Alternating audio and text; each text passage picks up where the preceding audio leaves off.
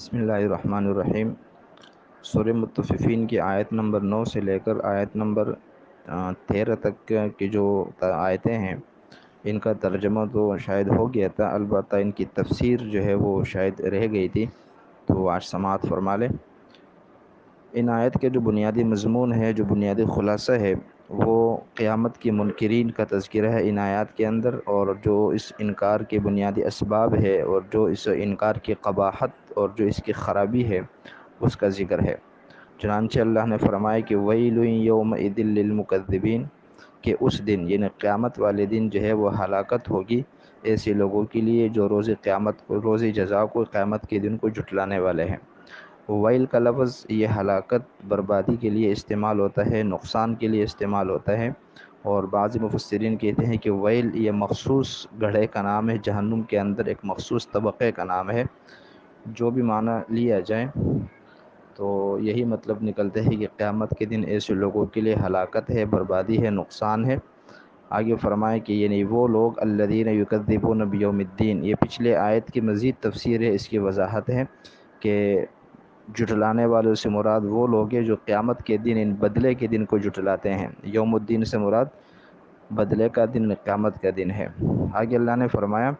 کہ قیامت کو جھٹلانا، اس کا انکار کرنا کتنا بڑا گناہ ہے، تو وما یکذب بہ الا کل معتد اثیم،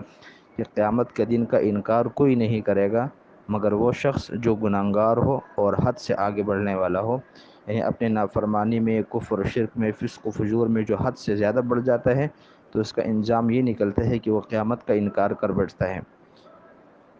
آگے اللہ نے ان کے طرز عمل کا ذکر کیا ہے کہ یہ گناہوں کے باوجود بھی اپنی اصلاح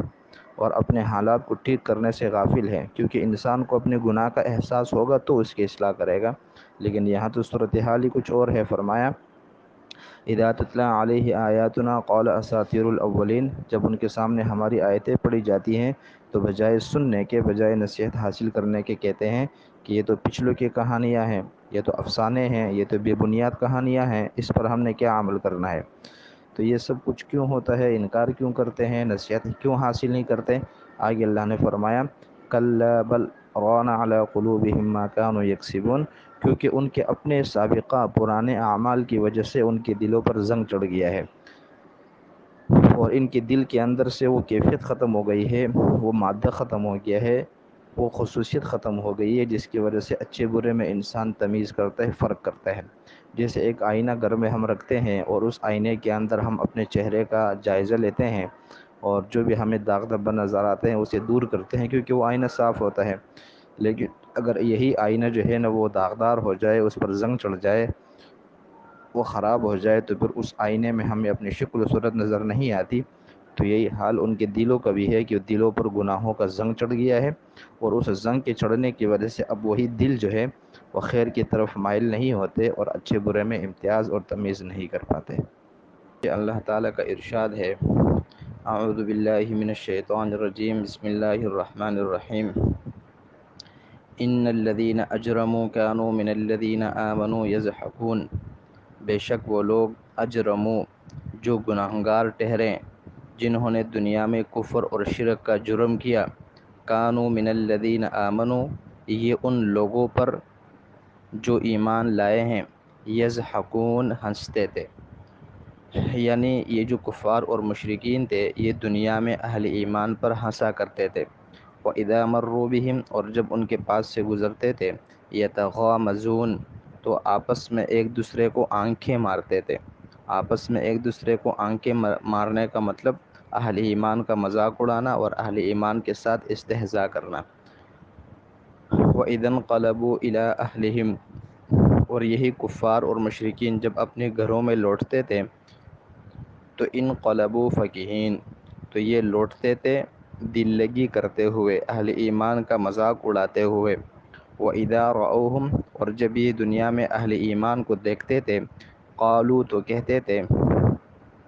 إِنَّ هَؤُلَاءِ لَضَالُّونَ، کہ بے شک یہ اہل ایمان یہ البتہ گمراہ ہو چکے ہیں۔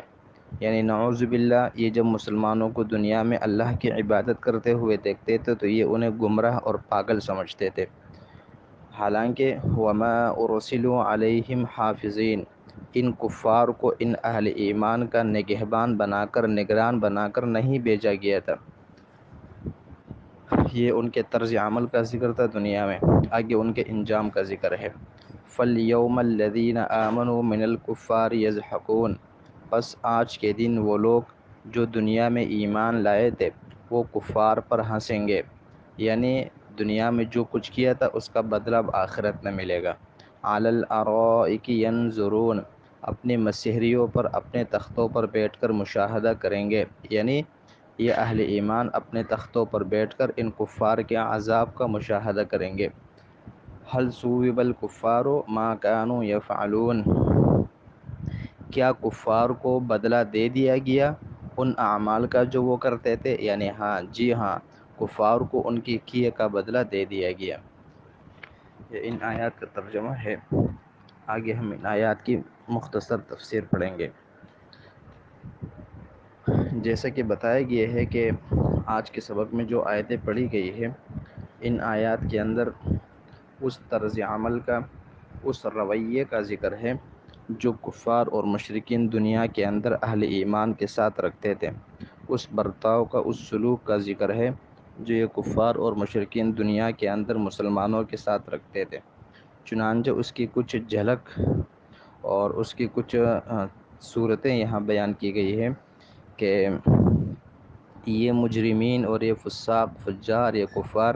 یہ اہل ایمان پر ہنستے بھی تھے، اور جب ان کے پاس سے گزرتے تھے تو انہیں پریشان کرنے کے لیے، انہیں تنگ کرنے کے لیے ایک دوسرے کو آنکھوں سے اشارے بھی کرتے تھے۔ اور جب یہ اپنے گھروں میں جاتے تھے تو اپنے گھروں میں جاتے وقت بھی دل لگی اور مذاق کرتے تھے، اور جب یہ اہل ایمان کو دنیا کے اندر اللہ کی عبادت کرتے ہوئے دیکھتے تھے،